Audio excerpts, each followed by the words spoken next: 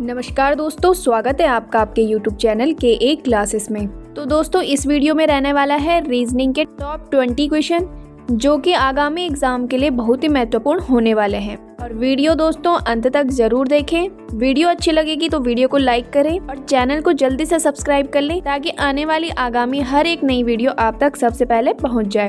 तो चलिए दोस्तों, शुरुआत करते हैं आज के रीजनिंग के पहले क्वेश्चन से।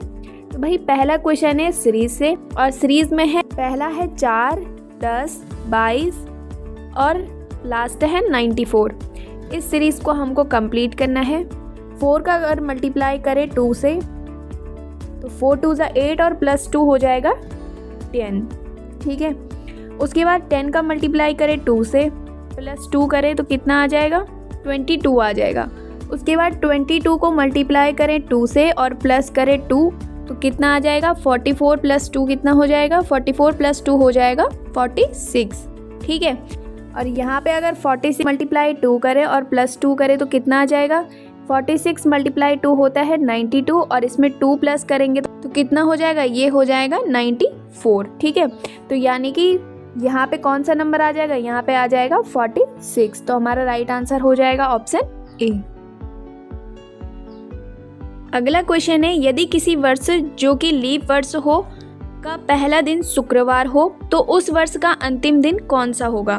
तो हमें पता है भाई, जो लीप वर्ष होता है उसका हमें दिया है पहला दिन। तो पहला दिन कौन सा है, फर्स्ट डे कौन सा है, फर्स्ट डे है शुक्रवार। ठीक है, और यहाँ पे बोला है कि अंतिम दिन कौन सा होगा। तो आप लोगों को पता होगा जो लीप वर्ष का अंतिम दिन होता है वो जो पहला दिन दिया होता है उससे एक ज़्यादा होता है, यानी कि उस दिन क्या हो जाएगा, उस दिन हो जाएगा शनिवार। ठीक है, तो हमारा राइट आंसर हो जाएगा ऑप्शन बी। अगला क्वेश्चन है, यदि किसी घड़ी में 10:35 हो रहे हैं तो इस स्थिति में घंटा और मिनट की सुई के बीच के कोण का माप क्या होगा। इसके लिए जो फॉर्मूला होता है वो होता है 60 का मल्टीप्लाई करते हैं जो घंटा दिया होता है यानी कि 10 और माइनस कर देते हैं 11 का मल्टीप्लाई करते हैं मिनट के साथ। ठीक है, और अपॉन में 2। तो ये कितना हो जाएगा, ये हो जाएगा 60 मल्टीप्लाई 10 कितना होता है, ये हो जाएगा 600 और माइनस हो जाएगा 11 मल्टीप्लाई 35 कितना होता है, ये हो जाएगा 385 और अपॉन में 2। अब जब हम इसको माइनस करेंगे तो कितना आ जाएगा, तो ये आ जाएगा 215/2। ठीक है, अब आ चुका है हमारा 215/2। ठीक है, अब 2 का डिवाइड अगर 215 में दे तो कितनी बार जाएगा, ये आ जाएगा, ये हो जाएगा 2 × 2 और 0 और 2 सत्ते 14 और 1 रिमाइंडर बचेगा तो ये कितना आ जाएगा 1/2। ठीक है, तो कितना आंसर आया हमारा 107 सही 1/2 डिग्री। ठीक है, तो हमारा राइट आंसर हो जाएगा ऑप्शन बी। अगला क्वेश्चन है, 49 छात्रों की कक्षा में करीम का स्थान शीर्ष से 16वां है, नीचे से उसका स्थान क्या होगा। तो भाई ये है रैंकिंग का क्वेश्चन और इसमें हमें दिया हुआ है कि कुल छात्र कितने हैं, कुल छात्र हैं 49 और शीर्ष से स्थान है 16। तो माइनस कर देंगे 16 और इसके साथ प्लस कर देंगे 1। तो 49 - 16 कितना होता है, ये हो जाएगा 33 और प्लस 1 34, यानी कि करीम का स्थान नीचे से कितना हो जाएगा, ये हो जाएगा 34वां। तो इसमें ऑप्शन नहीं है तो हमारा राइट आंसर हो जाएगा ऑप्शन डी, इनमें से कोई नहीं। अगला क्वेश्चन है, 4 व्यक्ति एक वृत्त में बैठे केंद्र की ओर मुख करके कुछ खेल रहे हैं। राजेश के बाएं व दाएं क्रमशः मोहन और श्याम बैठा है एवं श्याम के दाईं ओर राम बैठा है। तो बताइए कि मोहन के ठीक बाएं कौन बैठा है। पहले इसका डायग्राम बनाते हैं। तो 4 व्यक्ति हैं वो केंद्र की ओर मुख करके बैठे हुए हैं, तो 4 व्यक्ति की पोजीशन बना लेते हैं। ये हैं 4 व्यक्ति। अब बोला है राजेश के बाएं व दाएं क्रमशः मोहन और श्याम बैठा है, यानी कि राजेश कहाँ पे है, राजेश है बीच में। ठीक है, यहाँ पे राजेश को बैठा देते हैं और यहाँ पे उसके आगे लिखा है कि श्याम के दाईं ओर राम बैठा है। तो कहीं जहाँ पे श्याम होगा उसके दाईं ओर कौन है, राम है। तो यानी कि श्याम यहाँ पे तो हो नहीं सकता क्योंकि श्याम यहाँ पे होगा तो उसके दाईं ओर कौन है, राजेश है। ठीक है, तो श्याम कहाँ पे होना चाहिए, श्याम यहाँ पे होगा। तो जब श्याम यहाँ पे होगा तो उसके दाईं ओर कौन होगा, उसके दाईं ओर राम बैठा है। ठीक है, और राजेश के बाईं ओर कौन बैठा है, मोहन बैठा है। ठीक है, ये कुछ इस प्रकार से हो जाएगा। तो यहाँ पे पूछा है कि मोहन के ठीक बाएं कौन बैठा है, तो मोहन के बाएं कौन हो जाएगा, मोहन के बाएं है राम बैठा है। तो हमारा राइट आंसर हो जाएगा ऑप्शन ए। अगला क्वेश्चन है, कथन दिया हुआ है कि रेलगाड़ी के किराए में तत्काल प्रभाव से 25% की वृद्धि हुई है और पूर्व धारणा है लोग वृद्धि के बावजूद भी रेलगाड़ी द्वारा यात्रा करना पसंद करते हैं। और अगला है, परिवहन के अन्य साधन भी किराए में वृद्धि करवा सकते हैं। तो भाई इसमें जो कथन है वो है रेलगाड़ी के किराए के बारे में। तो किराया क्या है, तत्काल प्रभाव से 25% की वृद्धि हो गई है, ठीक है। और पहला कथन है कि लोग वृद्धि के बावजूद भी रेलगाड़ी द्वारा यात्रा करना पसंद करते हैं।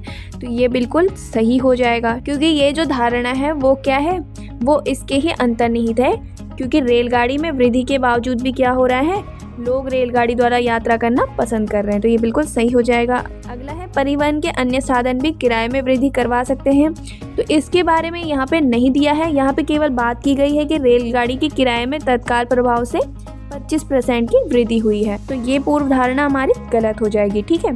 तो हमारा जो राइट आंसर हो जाएगा वो हो जाएगा कि केवल मान्यता एक निहित है। तो हमारा राइट आंसर हो जाएगा ऑप्शन सी।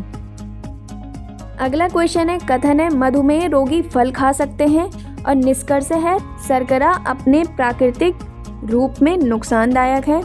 फलों के सेवन से शरीर के सामान्य उपापचय के लिए पर्याप्त मात्रा में शर्करा उपलब्ध हो जाती है। तो यहाँ पे भाई कथन अच्छे से पढ़ेंगे कि कथन क्या है। कथन है कि मधुमेह रोगी फल खा सकते हैं और नीचे दिया है कि शर्करा अपने प्राकृतिक रूप में नुकसानदायक है। तो इसके बारे में बात नहीं की गई है, ये पूर्व धारणा बिल्कुल गलत हो जाएगी। अगला है, फूलों के सेवन से शरीर के सामान्य उपापचय के लिए पर्याप्त मात्रा में शर्करा उपलब्ध हो जाती है। तो ये मधुमेह से फल की बात की जा रही है, ये पूर्व धारणा क्या हो जाएगी, इससे मिल रही है। तो ये बिल्कुल सही हो जाएगी कि कथन के अनुसार क्या है कि मधुमेह रोगी फल खा सकते हैं। इसका मतलब क्या हुआ कि फल सेवन से शरीर के सामान्य उपापचयन के लिए क्या है, पर्याप्त मात्रा में शर्करा उपलब्ध हो जाती है, ठीक है। तो ये बिल्कुल सही हो जाएगा। जो हमारा राइट आंसर हो जाएगा वो हो जाएगा केवल निष्कर्ष दो अनुसरण करता है। तो हमारा राइट आंसर हो जाएगा ऑप्शन ए। अगला क्वेश्चन है, यदि LINK को 46 तो न्यूज़ को क्या लिखा जाएगा। तो अगर लिंक को हम क्या लिख रहे हैं, 46 नंबर दे रहे हैं, तो न्यूज़ के लिए क्या नंबर होगा। तो यहाँ पे पहले फाइंड कर लेते हैं। अगर दोस्तों आपको लेटर नंबर पता होगा तो आपको पता होगा कि L का कितना होता है, 12 होता है। I का कितना होता है, I का होता है 9। N का कितना होता है, N का होता है 14। और K का कितना होता है, K का होता है 11, ठीक है। अगर हम इनको प्लस करें कि 12 में अगर 9 जोड़ें, फिर 14 जोड़ें और फिर 11 जोड़ें, तो टोटल कितना आएगा, हमारा आ जाएगा 46, ठीक है। वहीं अगर न्यूज़ में भी करें, N का नंबर होता है 14, E का नंबर होता है 5, W का नंबर होता है 23 और S का नंबर होता है 19। अगर अब हम इनको प्लस करते हैं तो 14 + 5 कितना हो जाता है, 19 हो जाएगा। और 19 + 19 कितना हो जाएगा, 38 हो जाएगा। और 38 + 23 कितना होता है, ये होता है 61, ठीक है। तो हमारा राइट आंसर हो जाएगा ऑप्शन सी। अगला क्वेश्चन है, थर्मामीटर तापमान। तो जैसे थर्मामीटर का संबंध तापमान से है, वैसे ही कौन से ऑप्शन में ऐसा ही संबंध दर्शाया गया है। तो पहला ऑप्शन है लंबाई चौड़ाई, दूसरा ऑप्शन है मिलीमीटर पैमाना, तीसरा ऑप्शन है सौर ऊर्जा सूर्य और चौथा ऑप्शन है कार्डियोग्राफ हृदय गति। तो जैसे थर्मामीटर कैसे संबंधित है, थर्मामीटर से तापमान को मापा जाता है, उसी प्रकार क्या होता है, कार्डियोग्राफी से क्या होता है, कार्डियोग्राफ से हृदय गति को मापा जाता है। तो हमारा राइट आंसर हो जाएगा ऑप्शन डी। अगला क्वेश्चन है, कौन सा एक ऐसा जोड़ा है जो अन्य 3 से भिन्न है। तो भाई इस ऑप्शन में पता लग रहा है कि 12 को अगर 12 मल्टीप्लाई करें तो कितना आएगा, 144 आएगा। 13 को अगर 12 से मल्टीप्लाई करें तो कितना आ जाएगा, ये आ जाएगा 156। और अगर 15 को मल्टीप्लाई करें 12 से तो ये आ जाएगा 180, ठीक है। और 16 को अगर मल्टीप्लाई करेंगे 12 से तो कितना आएगा, ये आएगा 192, यानी कि ये ऑप्शन क्या हो गया, हमारा गलत हो गया। तो हमारा राइट आंसर हो जाएगा ऑप्शन ए। अगला क्वेश्चन है, दिए गए कौन से अक्षर निम्नलिखित श्रेणी को पूरा करेंगे। पहला है BDFH, दूसरा है IKMO, तीसरा है PRTB और इसके आगे सीरीज़ को कंप्लीट करना है। अगर हम सीरीज़ को देखें तो सीरीज़ में B का नंबर आता है 2, I आता है 9 पे और P आता है 16 पे। यानी कि अगर हम B को देखें तो B 2 है, 9 है और P है 16, यानी कि कितना प्लस हो रहा है, 7 7 प्लस करके बढ़ रहा है, ठीक है। और 16 में अगर हम 7 प्लस करें तो कितना आ जाएगा, ये आ जाएगा 23, ठीक है। 23 पे कौन आता है, W आ जाता है। तो पहला कौन सा हो जाएगा, यहाँ पे W हो जाएगा। अगला है D पे कितना आता है, D आता है 4 पे, K आता है 11 पे, R आता है 18 पे। इनमें भी क्या हो रहा है, +7 हो रहा है, ये भी +7 से हो रहा है और 18 + 7 कितना हो जाएगा, ये हो जाएगा 25। 25 पे क्या आता है, Y आ जाता है। इसी प्रकार क्या हो रहा है, इसमें 7 7 प्लस हो रहे हैं, तो W और Y आ चुके हैं। अगला है F आता है 6 पे, M आता है 13 पे, फिर उसमें 7 जोड़ेंगे, ये आ जाएगा T 20 पे और फिर इसमें 7 जोड़ेंगे तो 27 पे कौन आ जाएगा, A आ जाएगा दोबारा से, ठीक है। तो ये बन रहा है W Y A और फिर लास्ट वाले को देखेंगे, H आता है 8 पे, O आता है 15 पे, V आता है 22 पे, फिर इसमें 7 जोड़ेंगे तो 3 आ जाएगा। 22 में अगर 7 जोड़ के फिर 3 पे कौन आ जाएगा, 3 पे आ जाएगा C। तो लास्ट नंबर क्या हो जाएगा, C हो जाएगा। हमारा जो बनेगा वो बनेगा W Y A और C। तो ऑप्शन में नहीं है, केवल यही वाला है, तो हमारा राइट आंसर हो जाएगा ऑप्शन A। अगला क्वेश्चन है वेन डायग्राम से। तो कथन है सभी अंगूर आम हैं। तो सभी अंगूर क्या हैं, आम हैं, ठीक है। कुछ संतरे आम हैं, तो कुछ संतरे क्या हो जाएगा, आम हो जाएगा। और कुछ पत्ते संतरे हैं, तो यानी कि कुछ पत्ते क्या हैं, संतरे हैं, ठीक है। ये हमारा कुछ इस प्रकार से डायग्राम हो जाएगा। तो इसका निष्कर्ष देख लेते हैं कि कुछ पत्ते आम हैं, तो कुछ पत्ते आम हो जाएंगे कि नहीं होंगे। तो यहाँ पे कथन में नहीं दिया है कि कुछ पत्ते आम के बारे में नहीं दिया है, ये निष्कर्ष बिल्कुल गलत हो जाएगा। अगला है कुछ संतरे अंगूर हैं। तो कुछ संतरे अंगूर हैं, तो इसमें भी कथन में नहीं दिया है, तो ये भी क्या हो जाएगा, गलत हो जाएगा। अगला है कुछ पत्ते अंगूर हैं, तो कुछ पत्ते अंगूर हैं, ये भी कथन में नहीं है, तो ये निष्कर्ष भी गलत हो जाएगा। जो हमारा राइट आंसर बनेगा वो बनेगा कि कोई अनुसरण नहीं करता। तो हमारा राइट आंसर हो जाएगा ऑप्शन A। अगला क्वेश्चन है, एक लड़का अपने घर से 20 मीटर उत्तर पश्चिम दिशा में जाता है और तब 20 मीटर दक्षिण पश्चिम दिशा में जाता है, फिर वह 20 मीटर दक्षिण पूर्व दिशा में जाता है, अंत में वह अपने मकान की ओर मुड़ता है। अब वह किस दिशा में चल रहा है। तो भाई इसके लिए भी बना देते हैं डायग्राम। तो भाई एक लड़का अपने घर से 20 मीटर उत्तर पश्चिम दिशा में जा रहा है, तो भाई ये जा रहा है उत्तर पश्चिम दिशा में 20 मीटर, ठीक है। और तब 20 मीटर दक्षिण पश्चिम दिशा में जाता है। अब इसका दक्षिण पश्चिम दिशा चला गया ये 20 मीटर, ठीक है। फिर वह 20 मीटर दक्षिण पूर्व दिशा में जाता है, तो ये फिर 20 मीटर कहाँ चला जाएगा, दक्षिण पूर्व दिशा में चला जाएगा। अंत में वह अपने मकान की ओर मुड़ता है, यानी कि फिर ये ऊपर की ओर चलेगा। अब वह किस दिशा में चल रहा है, तो ये कौन सी दिशा हो जाएगी, ये हो जाएगी, इधर होता है उत्तर और इधर होता है पूर्व, तो ये कौन सी दिशा हो जाएगी, ये हो जाएगी उत्तर पूर्व दिशा। तो हमारा राइट आंसर हो जाएगा ऑप्शन B। अगला क्वेश्चन है, मोहन सोना का पति है। तो जो मोहन है वो क्या है, सोना का पति है, ठीक है। सोना शिल्पा की बुआ है और सोना के भाई की बेटी कौन है, शिल्पा है। अंकित सोना का भाई है, यानी कि शिल्पा का पापा कौन है, अंकित है। अंकित मोहन से किस प्रकार से संबंधित है। तो अंकित मोहन से किस प्रकार संबंधित हो जाएगा, अंकित क्या है, मोहन का साला हो जाएगा। तो हमारा राइट आंसर हो जाएगा ऑप्शन D। अगला क्वेश्चन है, नीचे एक घन की 2 अवस्थाएं दर्शाई गई हैं, 9 युक्त फलक के विपरीत क्या आएगा। तो एक घन के हमें 2 अवस्थाएं बताई गई हैं, तो तो यहाँ पे पूछा है कि 9 के विपरीत कौन आएगा।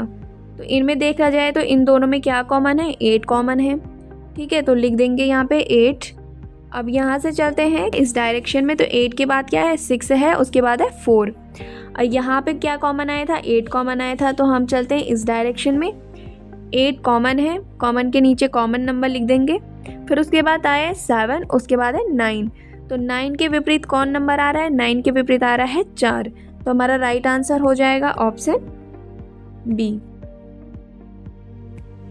अगला क्वेश्चन है, दिए गए प्रश्न में लुप्त पद को ज्ञात कीजिए। तो यहाँ पे तो भाई क्लियरली दिख रहा है कि 9 का स्क्वायर कितना होता है, 81 होता है। 7 का स्क्वायर क्या होता है, 49 होता है।